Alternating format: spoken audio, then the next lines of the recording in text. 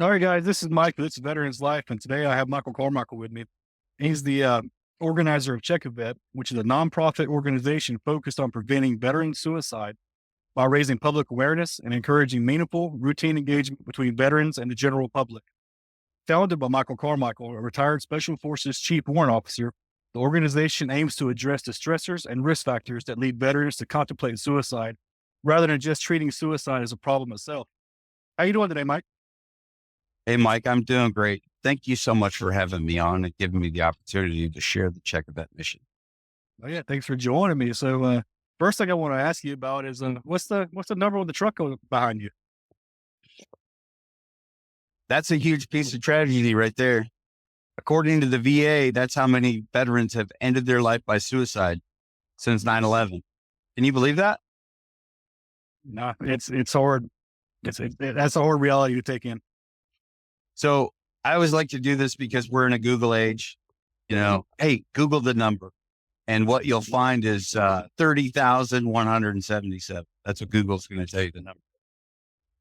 To put all these numbers into perspective and give it a little context, since 9/11, the U.S. has lost just over 7,000 service members, active duty and National Guard members, and contractors during combat. So 7,000 lost in combat. So that number right there is 2 years old. So it's well over 20 times the loss that we've suffered in wartime casualties.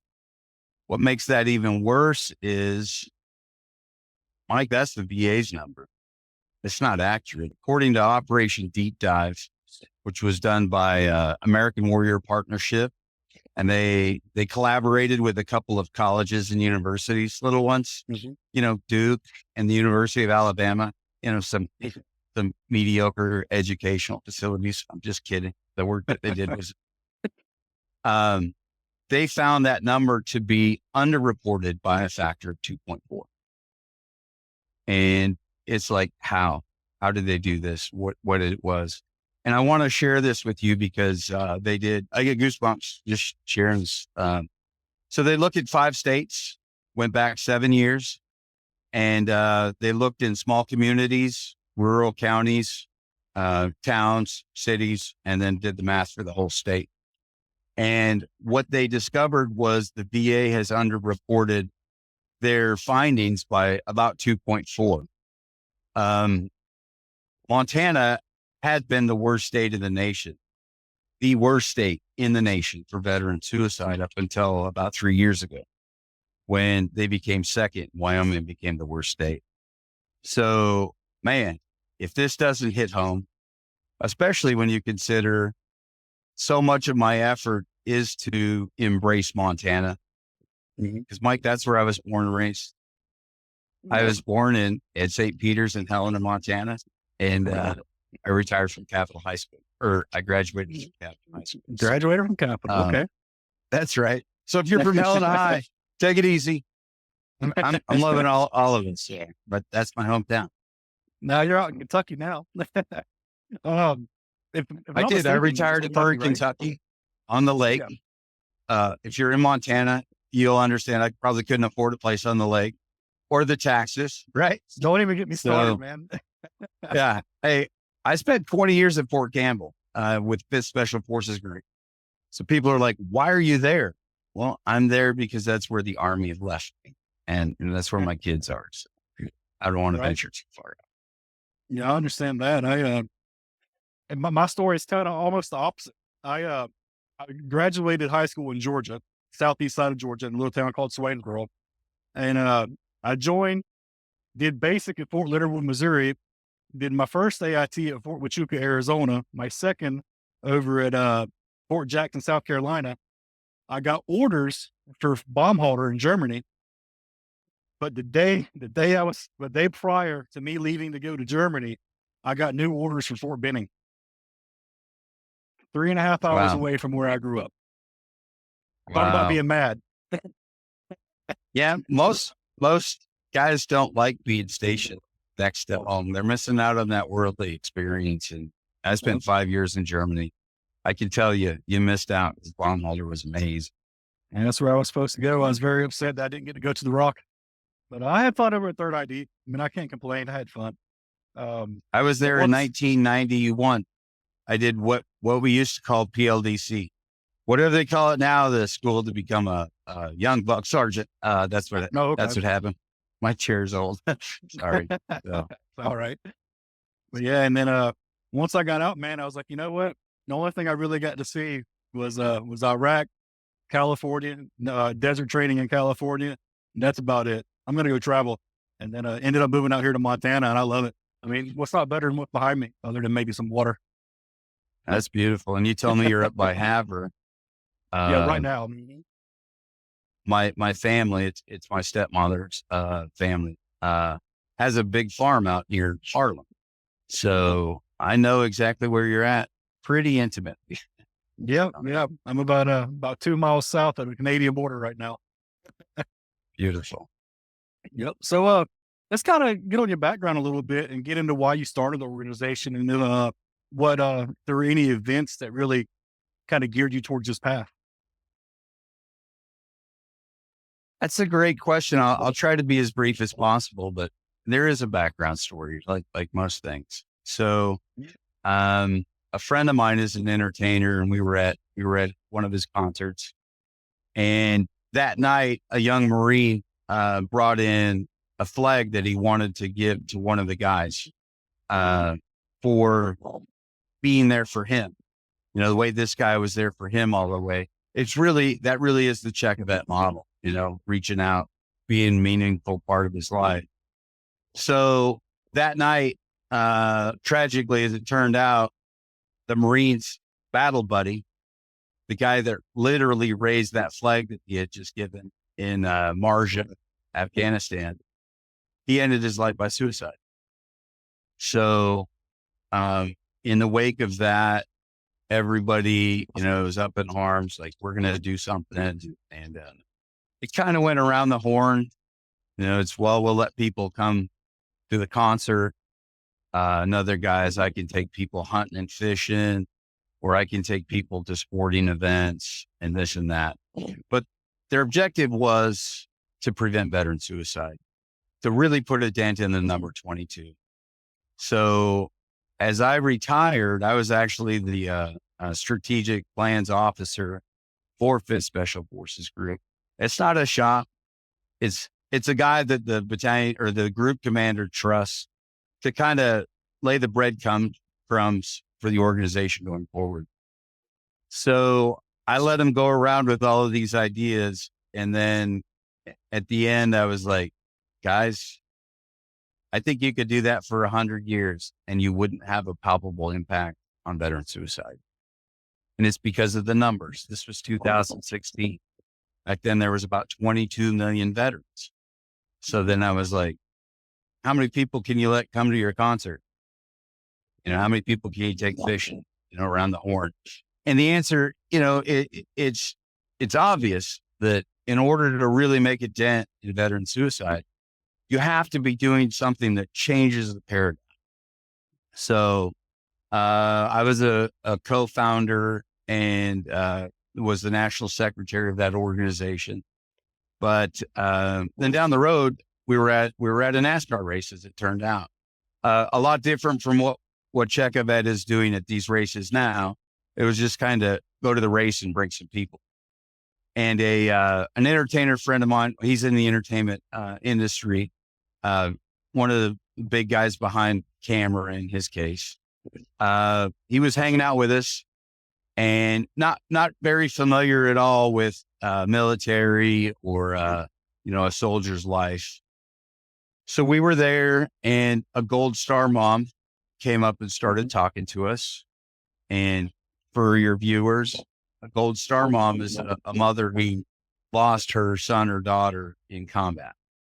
So the mood of the group changed to accommodate her and to give her the respect that she deserves. My buddy had no idea. He didn't know.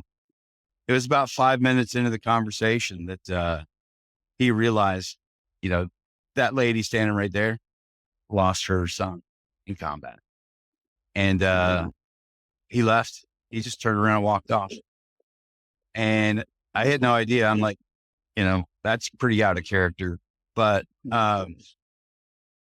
he came back later, nearly a couple hours later, and I could see that he was upset, that he had spent some time with himself. And he's like, man, I had no idea. I feel dumb. I should know what that means, but wow. So he was there to help us prevent veteran suicide with that type of model. And he asked me, as a trusted agent and a friend of his, he said, Michael, is this the model to really get after veteran suicide, to really put a dent in the number 22? It's not 22. It's actually 44. You do the math. I was actually going to ask you about that. 44. VA says it's 17.3 or something. Anyways, he says, is this how we get after that? And I was like, no, man, this is not how we do that. This model doesn't have the capacity to do that. And he's like, well, all right, what would you do? So we have to build a base of support around our veterans. The VA can't do that. Singularly, a spouse, a family, or friends, coworkers. Nobody has the capacity to do that completely by themselves. So we need to get Americans involved and work together and build a base of support around every veteran in America. And to do that, you got to do a few things. One, nationally, we have to raise awareness of the problem. That's the VA's version of the problem. We've already talked about the other stuff, but also it's other things like what's the demographic of veterans who are ending their life by suicide? The age, veterans 34 and over, white males in rural areas. Am I talking to the veterans in Montana right now? Yeah. Montana, Wyoming, Idaho. They make up more than 85% veteran suicide. 85%. So we need to raise awareness to the problem. We need to let people know what group of veterans is doing this the worst. And then we need to get after them. And then the last thing, and to me, it was really most important to get this out because people don't know basic signs and symptoms of somebody who's in crisis and might hurt themselves. We have to provide education. We have to give the resources so that any person that sees Chekovet and the booth and they're interested in what we're doing, you can download our free tool. You can go to our website. Guess what, Mike? You are going to have the tools to prevent a suicide. Not just a veteran suicide. Our model is unique to that because we consider things like PTSD, TBI, and even sexual trauma in the military. This is really about preventing suicide. So raise awareness, call to action, and then resources. So with that, he literally put his hands on me. This big guy looks like he just skated off the Predators hockey rink in Nashville. He's like, hey, you have to do that because that'll work. So I went, a few years without doing that because in the wake of the first nonprofit, Mike, I was really disgruntled with a nonprofit veteran suicide model. And even though I think personally that was missing the mark on a mass scale preventing suicide, I didn't want anything to do with it. And then I kind of passively wanted to start up Chekovet with me really, really far in the weeds in the background because I didn't want it to be about me. Right. But it took me a couple of years to figure out that we needed somebody with about that much credibility. And that's probably all I got left after 26 years in the Army. But you need somebody with credibility and the ability to draw people together. So that's how I got involved. And years later, it was 2021. I was dating an actress and filmmaker, and she was telling me about all the amazing things that she had done with her philanthropies. And not to be outdone, I was like, hey, one time I had an idea and I told her, and she said, you have to do that because that'll work. So that second time, it really felt like God's calling for me. This is what he wanted me to do. And surprisingly, the very first person I reached out to help us out was the Secretary of Defense, President Trump's last acting Secretary of Defense, Chris Miller. Like, what? You're just going to pitch a guy like that? Well, That's kind of what I'm thinking. 20 years Yeah. ago, he had been my battalion commander, and I already had his cell phone number. And so we had a great relationship back in 05. And then later I was pulled out of the Army, and I did about 3 years with the agency, the CIA. And we worked together a little bit there too. So he knew me then and he knew me now. And he literally said, Michael, if you're going to lead that, and that's the model you're going to do, I'm standing by for you to tell me what to do. I mean, I still get emotional and chill bumps because that kind of mission validation is so powerful and so amazing to have somebody like that believe in me and an idea. So that's how we got here. Yeah, well, I'm very thankful that you started this up, and I personally I wish I would have known about you and the organization about 2.5, 3 years ago. It probably would have helped me out a lot before hitting rock bottom. But I know I found you now, and I'm going to help spread the word, and I just love what you're doing. Um, so one of your key messages is about involving civilians in suicide prevention. How can ordinary Americans effectively engage with veterans in their lives? What are some things they can do to kind of, in my experience with me, we're all kind of standoffish, right? A lot of us with PTSD and depression, anxiety, we don't want to be around groups. So what are ways we can combat that to kind of help our guys out? So first and foremost, we need to get the people who are in a veteran's life more involved and more supportive in that life. Family, friends, coworkers, neighbors, the likes of that. So how do you go from this awkward, I know he was in the military, but I've never talked to him. We've been neighbors, what have you. It's called an engagement strategy. Okay. These are some ideas to break the ice in a way that won't put that veteran off or make that veteran feel suspicious of your interest in them all of a sudden. And just in a normal setting, say you're at Walmart or somewhere like that, and you see a veteran, I've heard from a lot of veterans, they don't like it when somebody says, thanks for your service, and then take off. Yep. And I get it. But normally what I tell those veterans is, if you don't like that, then stop wearing your hat. Right.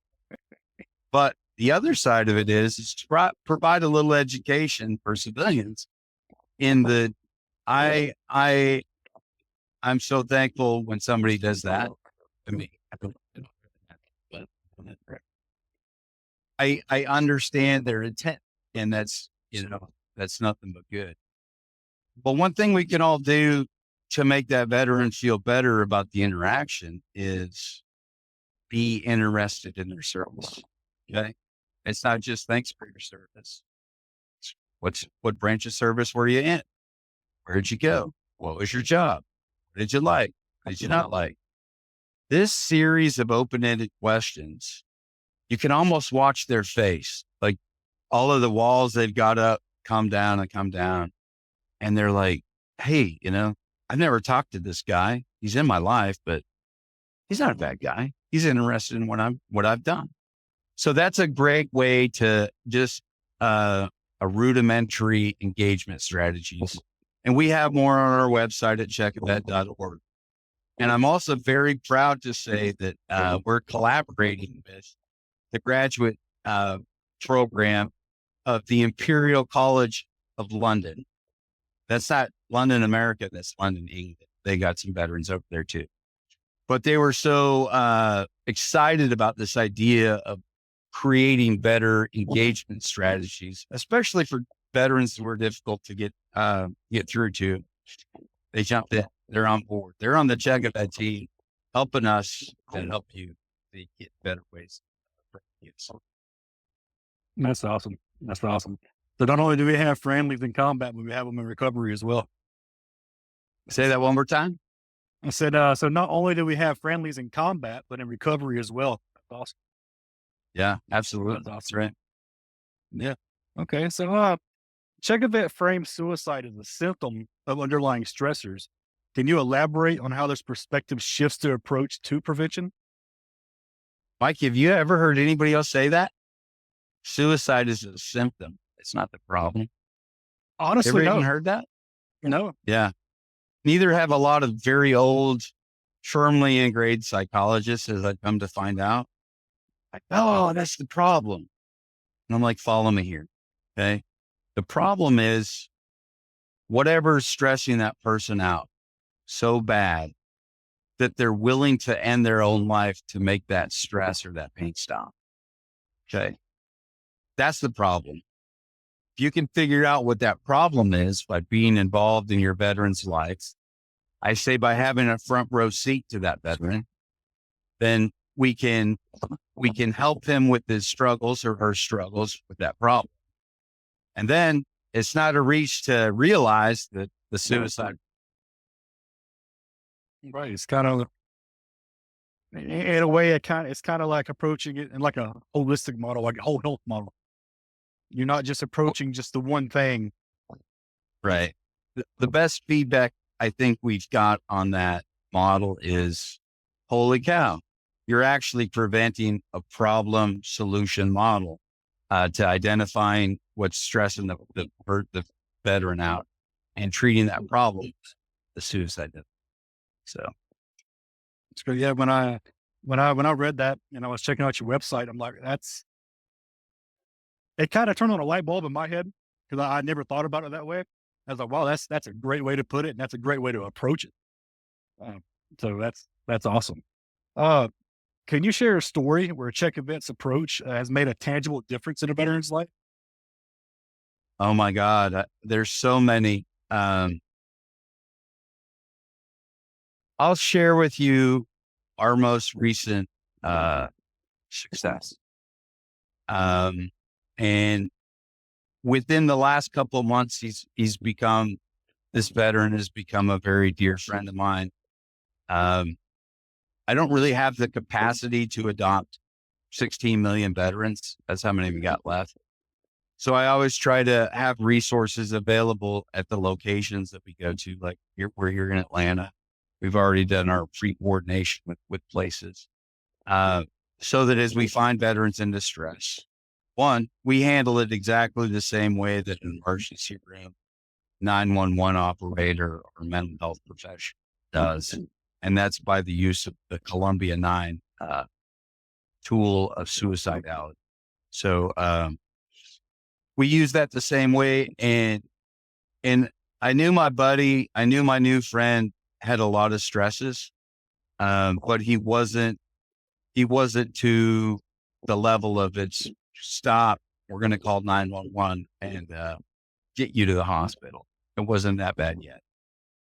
So, but just at that race,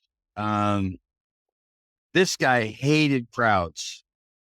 And you're literally in a stadium that'll hold 150,000 people. He hated crowds. He hated loud noises.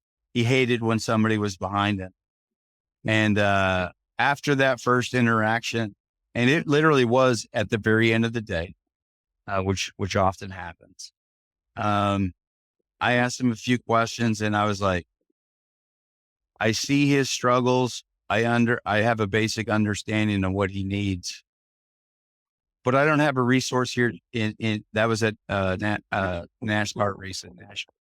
I don't have a good resource here to give to him, so I'm going to do it. And me and my friends circled him up, and we brought him back on a team. Okay, talk about a base of support.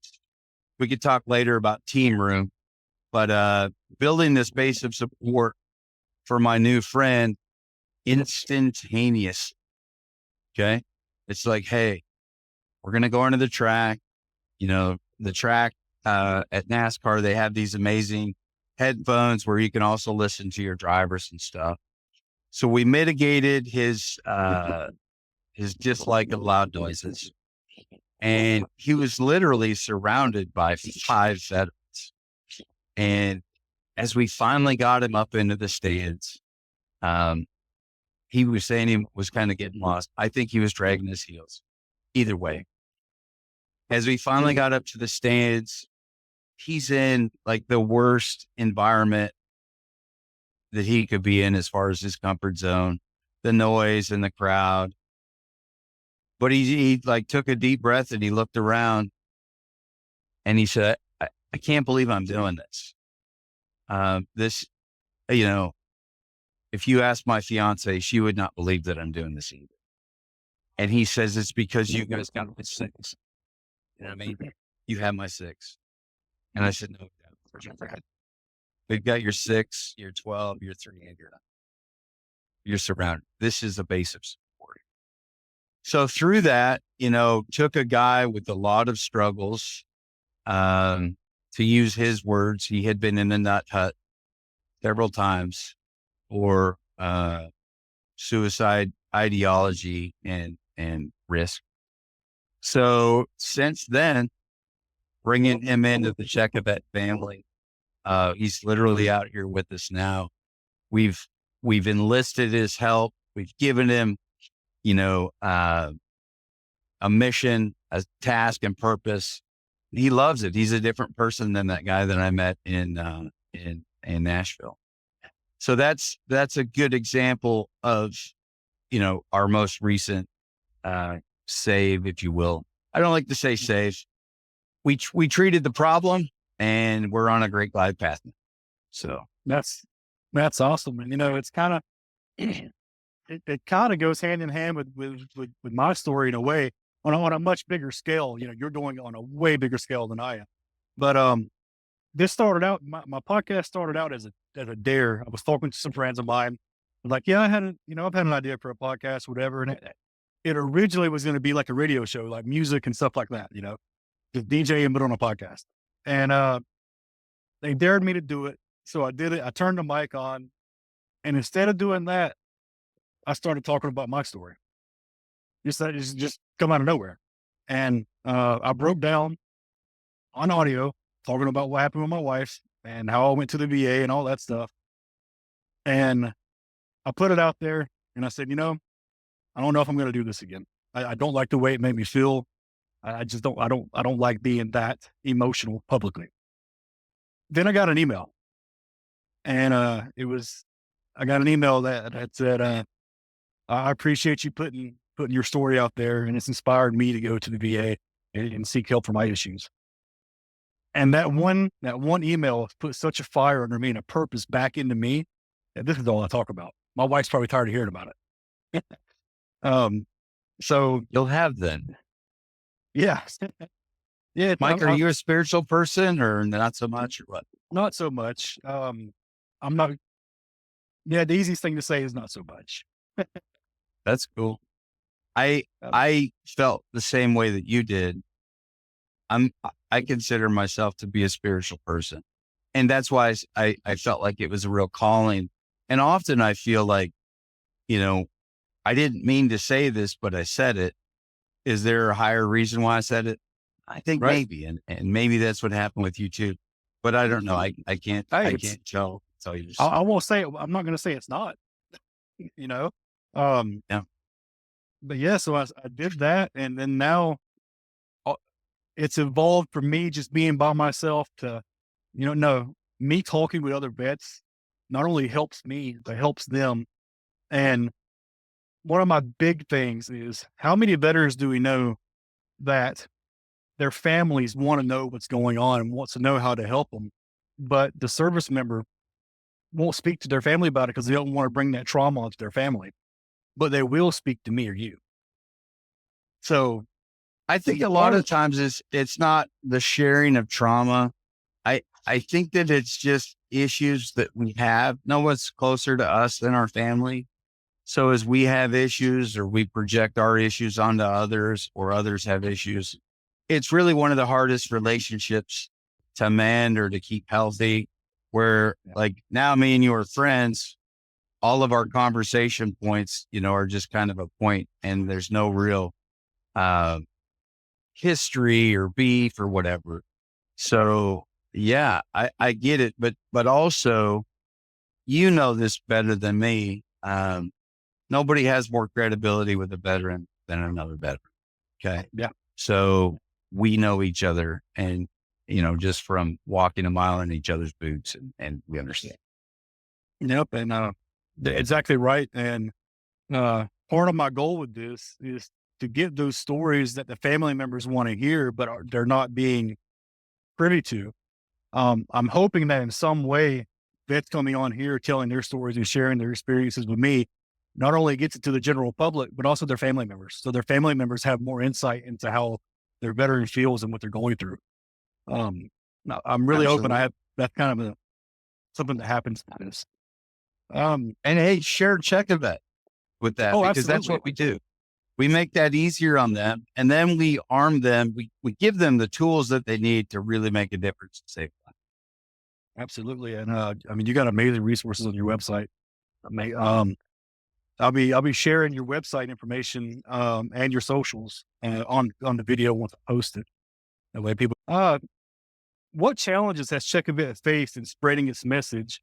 And, what are your future goals for expanding the organization's impact? Honestly, our biggest challenge is resources. Man, people see a nonprofit, a veteran nonprofit, and they stereotype, one of two ways. They're either crooks, or they've got so much money that they don't know what to do with it. And that's just simply not the case.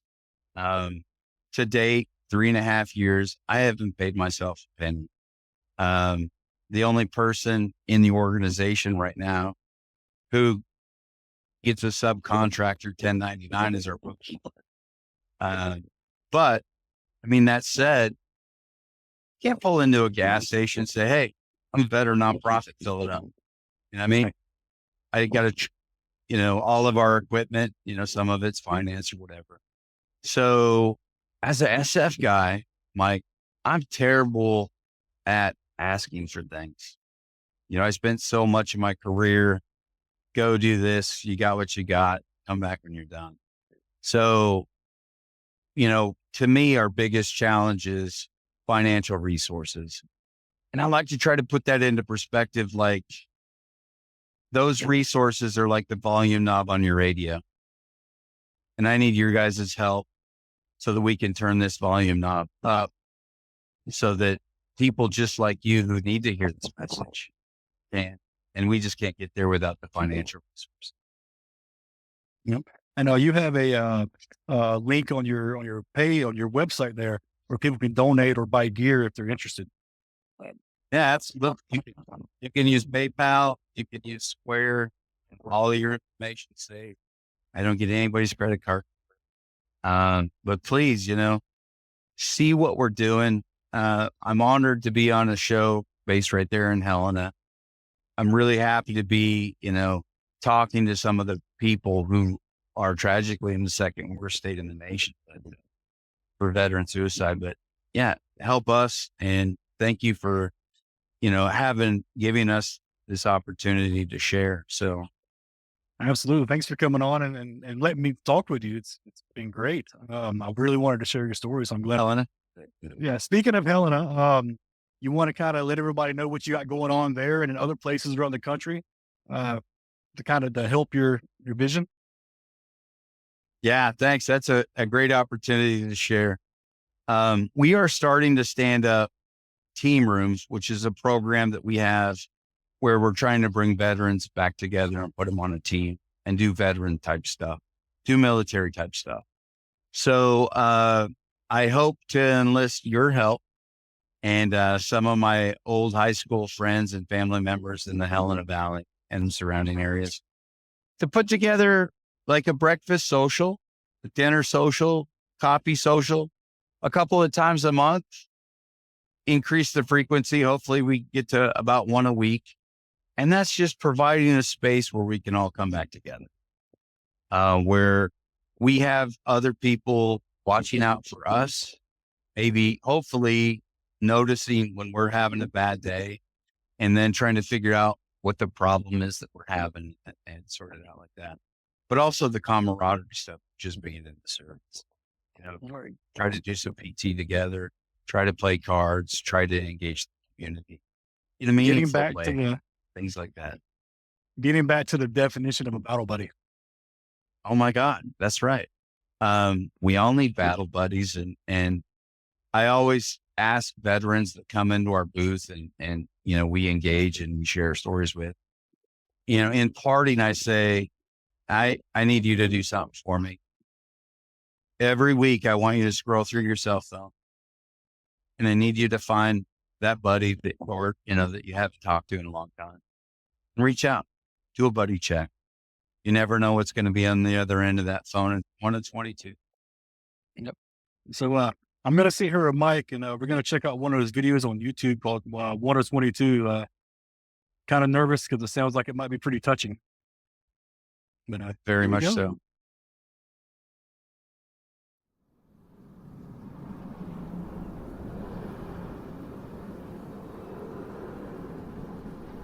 Excuse me, sir. Yeah. Can I have a minute of your time? Absolutely. My name is Michael Carmichael. I'm the president of Chekovet. Do you happen to have a veteran in your life? Proud to say I do. My son, Paul. Or his buddies like to call him Carter. Yeah. His name's Bob Goodall, and we met him at church. We do. Yeah, we do. Our neighbor Chris. Well, they call him Tanner, but yeah. Could you tell me a little bit about Carter's service? Happy to. Well, he enlisted in the Army, and he made it all the way to sergeant, and proud to say he was also a Green Beret. Yes, he was a Master Chief, and he retired after 30 years of service Wow. in the Navy. He was a Marine. Well, he is a Marine. They say once a Marine, always a Marine.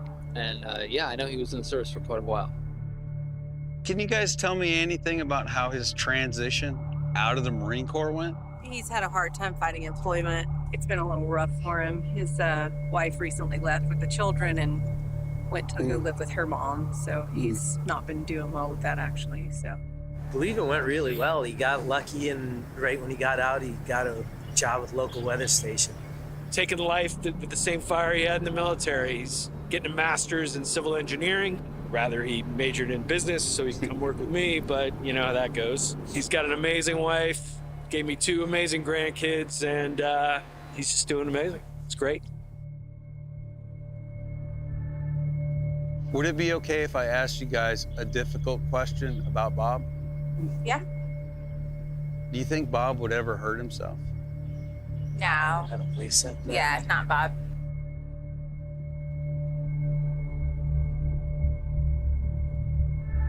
Do you think Tanner would ever hurt himself? Yeah, he's been having a very hard time, extremely stressed out, it hasn't been easy. I would really hate to think about something like that, but it's a very tough question. Yeah.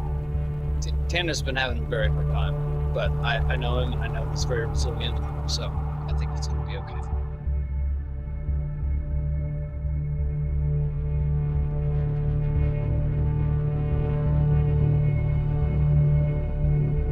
Would it be okay if I asked you a difficult question?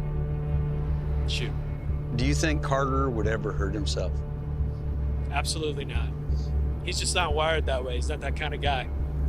He's the kind of guy that lifts other people up. He's definitely not the kind of guy that would do something like that.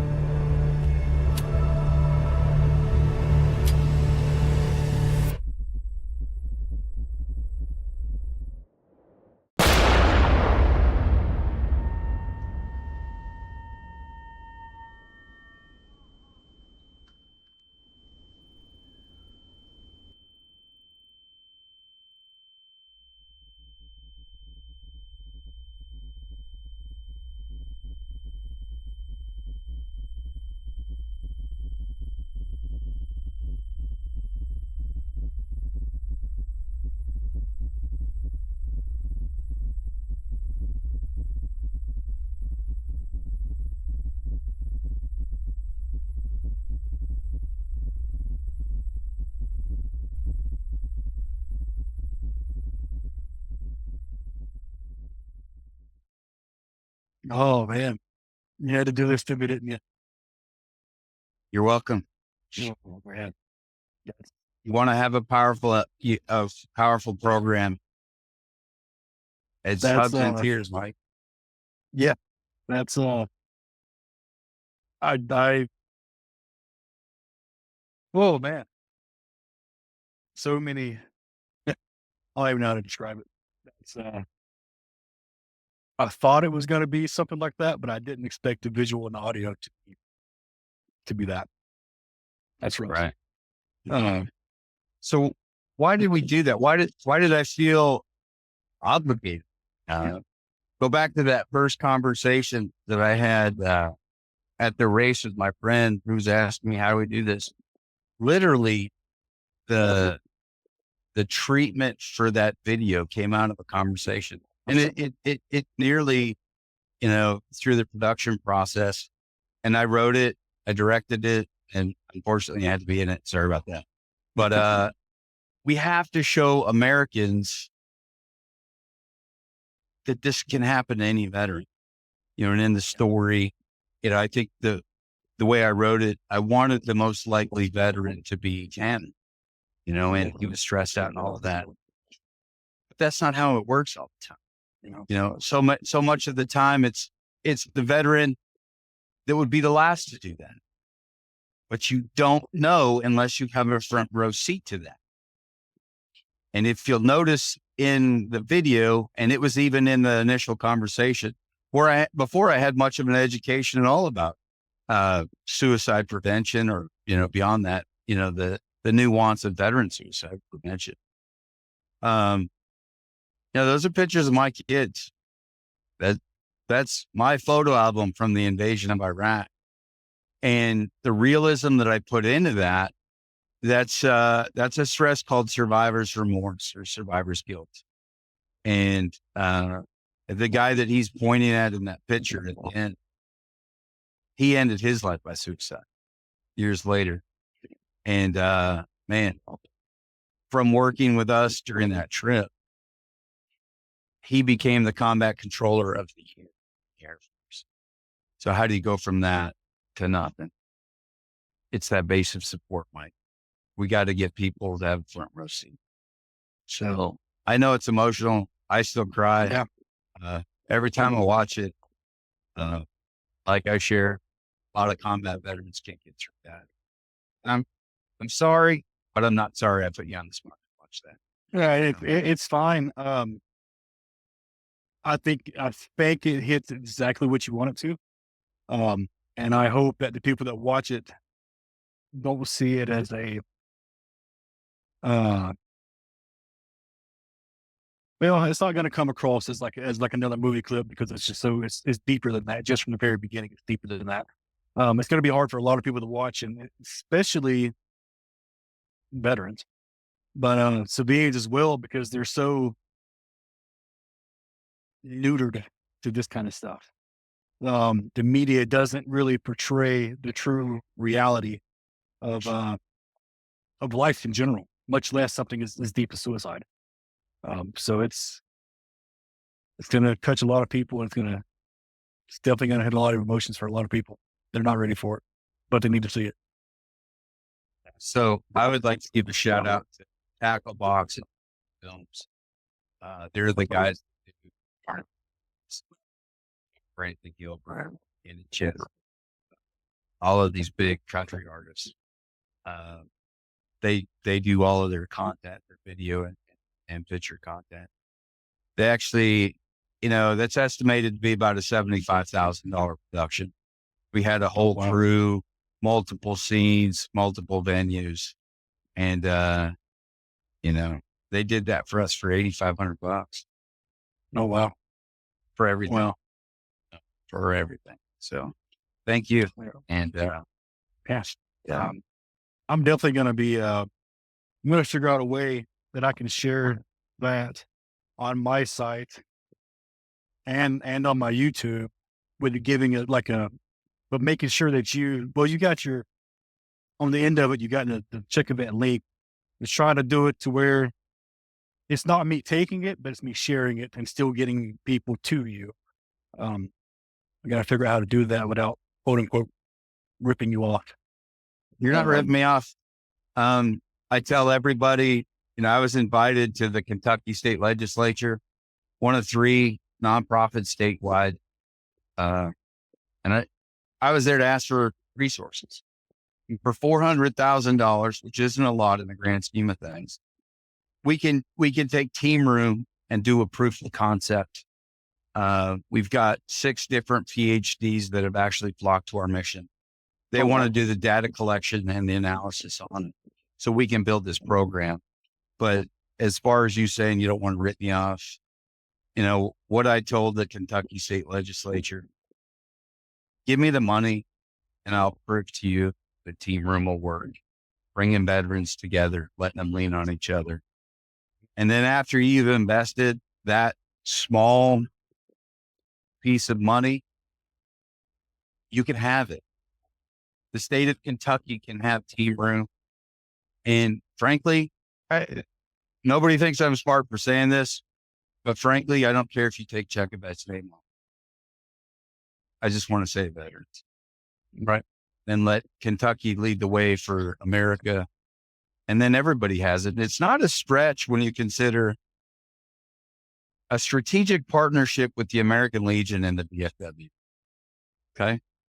We build this team room. You get people like you starting to do these coffee socials. We build the program. We build what the meetings look like, the outline of a meeting, and we give it to those 2 organizations. With their buy-in and effort, we have an army that transcends to every community. This could be a reality in a year or less. We just need to prove that it'll work. And I don't want to be the guy that sits, with my thumb up my tail, or I can't do nothing because we don't have money. No, you can make a difference. People just like you, if they're going to be watching this, can make a difference. We extend our 501c3 status to organizations or individuals like you, so that you can market your meetings for free with your local media, so that you have a recognizable brand in Chekovet. Because people don't know, is this just another shyster, or is this an organization that's grounded in something? You're not ripping me off. Rip me off. Nah, I just wanted to make sure you get credit for it, But I understand where you're coming from, because, I'm going through the VA right now, trying to go and get a degree in media communications. And they were talking to me about it, like, well, what's the work like and all that stuff. I'm like, I don't care. I don't care if I get a career in this. This is for me to make my passion project better. That's all it's for. I don't care about the money, But that's all another story. We'll see how that goes. Hopefully I can convince them to do that. But anyways, enough of that. Really glad I got to speak. I've got some connections that would probably help with that. Oh, I'm sure. About that. I know a guy. As a CW5, I'm sure you know a lot of guys. Oh, which brings me, you being a CW5 and starting this is different than an officer starting it? Different. Oh, CW4, excuse me. That's as far as my hypocrisy would take me. Oh, so I only met a couple CW5s in 26 years that I actually liked. So, well, you guys are unicorns to begin with. Don't worry about it. We're behind the scenes making it happen. You just don't know that. That's right. But there's how can I put this? So in my mind, you as a CW4 coming together and starting this organization is different than a colonel, lieutenant colonel, major, or a staff sergeant first class doing this, because you kind of know yes, you're an officer, but you got all the enlisted stuff too. At least from my understanding, when I was looking at becoming a pilot, I never got through with it. I looked at it, and you got to do all the basic stuff. Got to be enlisted for a while before you can make that step, put in your packet so you can go do warrant stuff. So you got a background of being on the front lines. Well, with SF, you already got that no matter what. But, behind the front lines. I just think being a warrant officer kind of brings a different perspective to it than what your typical officer would. Well, thank you so much for that. And then I do think warrant officers are bring a whole different kind of value to a team. And to talk about my enlisted experience, I turned down promotion to E8 to become a warrant officer. And, that goes against a lot of conventional wisdom, but Mike, all I wanted to do was stay on a Special Forces 18. And if I'd been promoted to E8, I could have gotten 2 more years.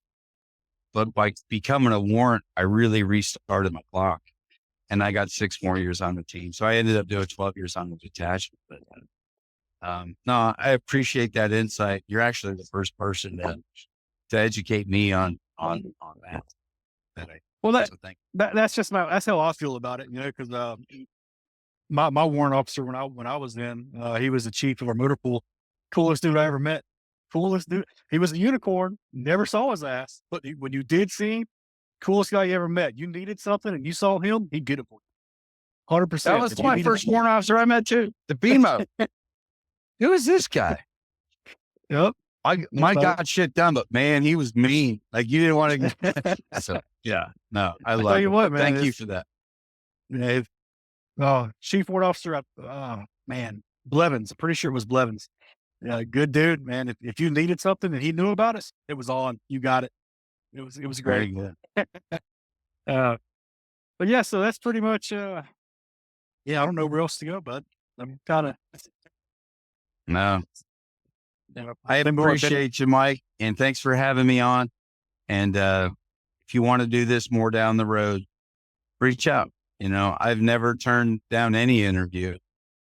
I think Memorial Day, I was literally on Fox News one day for a full interview. And then the next day, I think I did like the Lake Erie Gazette. They were interviewing me to put it in, right? I said, hey, I don't care, man. Maybe one person that Lake Erie Gazette piece goes out to be somebody. So you let me know. I'll do this again. Well, I'm sure I'll reach out again because I enjoy talking to you. And this is something that I'm pretty passionate about. And I'm glad to kind of sort of in a way partner with somebody else that's got a reach that I don't have and that I can learn from, kind of like a mentor. If I could provide you one sliver of mentorship in this line of work, it's this, and I tell people that are drawn to the mission. I mean, I'm now to the point where I've got people retiring from their jobs and dedicating their lives to Chekovet. And what I tell them is this, I should say, man, if you don't think you can get punched in the face and every door that should be open, slammed, closed, cry yourself to sleep and wake up the next day with a smile on your face, because that's another opportunity to make a difference, save some lives. If you can't do that, get out. It'll eat you up. That's what you have to do though. And I look at it like, in the Bible, the story of Noah, we're trying to build an ark, and it doesn't have to be one guy. Let's all build the ark, this base of support for our veterans together. So, yeah. I had my first real experience with that last night. I thought I was ready, but when he messaged me last night and was talking to me and telling me that his wife left, his service dog died, and now he's in Texas in the VA, an award. I thought I was ready, but I wasn't. I mean, I talked to him and I said everything that I knew to say, but that was not something that I was really ready to handle on a level that I thought that I could when you're actually going through it with somebody. It's you think you can talk to somebody. Yeah, it is, because you're a lot of responsibility. Yeah. But your passion, I see your passion will drive your self-education. Absolutely. And really that's what it takes. And, going into it, you don't know about things like compassion fatigue, and where like a psychologist or something, every person that they meet with, they're literally cutting off a little piece of you, giving it away. So at the end of the day, when I say you can cry yourself, it's because you don't have anything left to give. And with NASCAR as a model, I get a lot of people that you're just hanging out at the race, you're going, partying. And, NASCAR, Speedway Motorsports is so generous to donate, spaces. Like right here, we've got a 60 wide by 30 deep space at the Quaker State 400. I don't know, but I think it costs about $20 million. I mean, we're across from Kroger, Toyota Racing Development. The Corvettes are down there. But that passion breeding education but people are like, oh, you're just there to have fun. And I'm like, if you think this is fun, come on out. You can spend your day hugging and crying and listening to strangers. And I'll tell you what, just like me and the other volunteers at Chekovet, Mike, we can't wait for that race to start. No. So we can go back to the camper and cry ourselves to sleep. Seriously, it's tough stuff.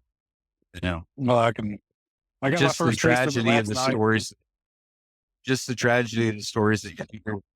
When somebody's trusting you with that, you have to be stoic. They see me crying with them, but still it's like, yeah, man, we're going to fix this. But holy shit. It's tear your guts out. And the way it happens isn't what you expect either, or at least it wasn't for my case. I didn't expect somebody to message me and just go straight into it. Like, 'cause there was no warning. There was no, I've never talked to this guy a day in my life. And he messaged me and just laid it on me. And I'm like, whoa, okay, let me take a breath and figure this out. 'Cause now I'm in the heat of it. I got to figure it out, and it's just, there's a lot of free training that you can take. There's safe training. There's assist training. There's mental health first aiders. And those are free. Take those. Get an idea of the systematic approach. Go to Chekovet.org and download that free tool. That's a 6-page handout that could really serve as your guide. And the most important page on that is the last one. And that's where we use the Columbia 9 to assess where somebody is on the level of suicidality. Is this just somebody had the worst day ever and they're like, screw it, I'm going to do it? Or do they have an idea and a plan and they grab the things that they need for that plan together? And then the point where they're there with the idea, the plan, and the resources. So, for me, it's like you, I'm really self-educated in veteran suicide stuff with a passion. I've gone back to college, the other MSU, Murray State University. I was joking. But no, it's not to do the veteran suicide stuff. It's nonprofit leadership. This organization deserves as good a leader as I can give them. And I wish I had somebody better than me. And we could be doing something better. But I'm very humbled to host meetings very frequently. It's a room full of PhDs. And how they're really interested in ideas and strategies that I come up with. Because, hey, man, at the end of the day, my degree is in high school. And that degree is on my management. Yeah. Well, and I think you're doing, and I think you and the organization are doing great things. I really do. And I really hope to see a lot more of it and a lot more growth. I think you're going to do more than some of these other veteran organizations do. The ones you see at Walmart, outside of Walmart selling hats and stuff. I've never done that. But there's nothing I wouldn't do to make a difference. Yep. So, well, it's been great. Now, I do hope to speak to you again as we move through and both of us grow. Yeah. So get your folks to contribute. And I hate saying this because I'm 52 years old. please like us, share us, and follow us on your social media. You never know what the ding dong's going to do. That's right. That's right. And just so everybody knows, in the description section, I have links to all of his socials and to his website as well as mine. Please check us out. Share it with your friends and family. Mike's doing great things. Really help share the story and what he's doing. Hey, thank you, Mike. And God bless to you and all your listeners. I appreciate you so much. Thank you. And I hope you have a great day. And maybe you can enjoy the race a little bit instead of just having to take all the emotional pain. Hey, I'll show you what we got over here. We do have something fun. I don't know if you're into rodeo, but my best friend is Cody Nance. It's one of the most prolific PBR cowboys bull riders ever. And oh, wow. It's not aired up, but that's literally Cody Nance's PBR bull that he rents out and makes a bunch of money. But he's letting us use that here.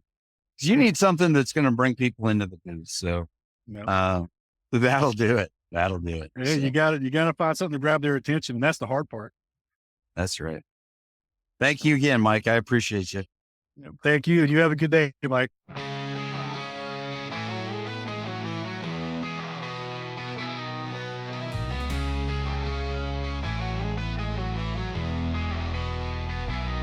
In the silence of the night, memories come alive. Nightmares of the battles fought, where only shadows thrive. A soldier's heart is heavy, with scars that never fade. But the family stands beside, in the darkness, unafraid.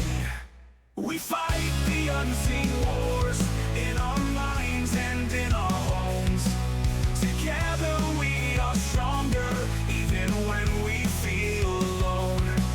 We'll raise our voices high, for the ones who gave it all. In the name of love and honor, you went through hell and still stood tall. The children see the pain in their heroes' weary eyes. They learn to be brave in a world of silent cries.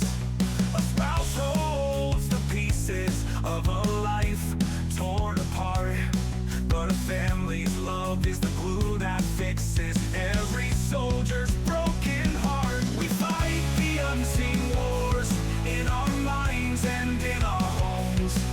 Together we are stronger, even when we feel alone. We'll raise our voices high, for the ones who gave it all. In the name of love and honor, we will stand tall. We'll advocate for healing, for the care they deserve. For the sacrifices made, we'll make sure they're heard. In the halls of power, we'll fight for their rights. For the families and the veterans, it's now our time to fight.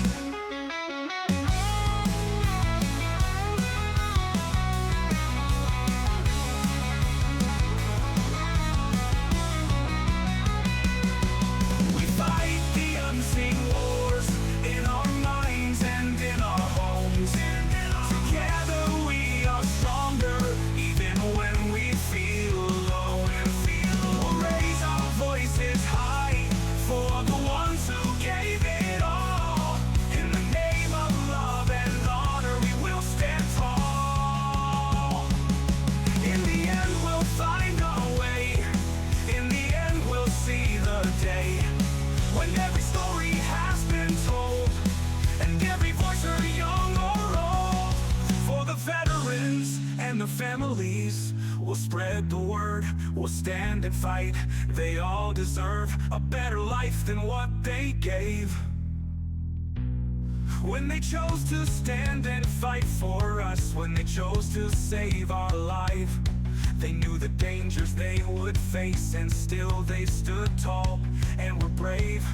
And now it's time we all repay them somehow. Show them that we care and appreciate how they fought for our freedom here and now. We fight so everyone can hear and help and love your veterans like they all did. For every other woman woman, man, and kid.